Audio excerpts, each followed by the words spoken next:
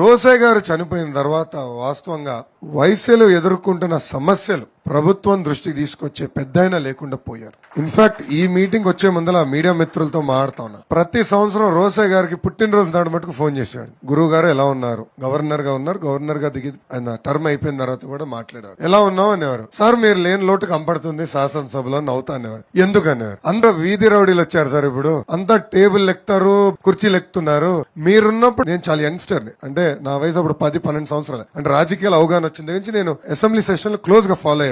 రోసే గారు మాడుతున్నారంటే గౌరవం ఉండేది. బాబు గారు, రాజశేఖర రెడ్డి గారు హీటెడ్ డిస్కషన్ లో రోసే గారు అట్లా బాంబు వేసి అందరినీ చలబరిచేవారు, అందరు నవ్వుకునేవారు. ఆ లోటు కంపడుతుంది సార్ ఈ రోజు అని నేను నవ్వుతాను. నేను మొన్న 6 వయసుల మీటింగ్ కర్నూలులో కూడా చెప్పాను. తెలుగుదేశం పార్టీ అధికారంలోకి వచ్చిన మొదటి సంవత్సరంలోనే రోసే గారికి ఆయన స్థాయి దక్కిన విధంగా ఒక మ్యూజియం కూడా ఏర్పాటు చేసే బాధ్యత మేము తీసుకుంటాం.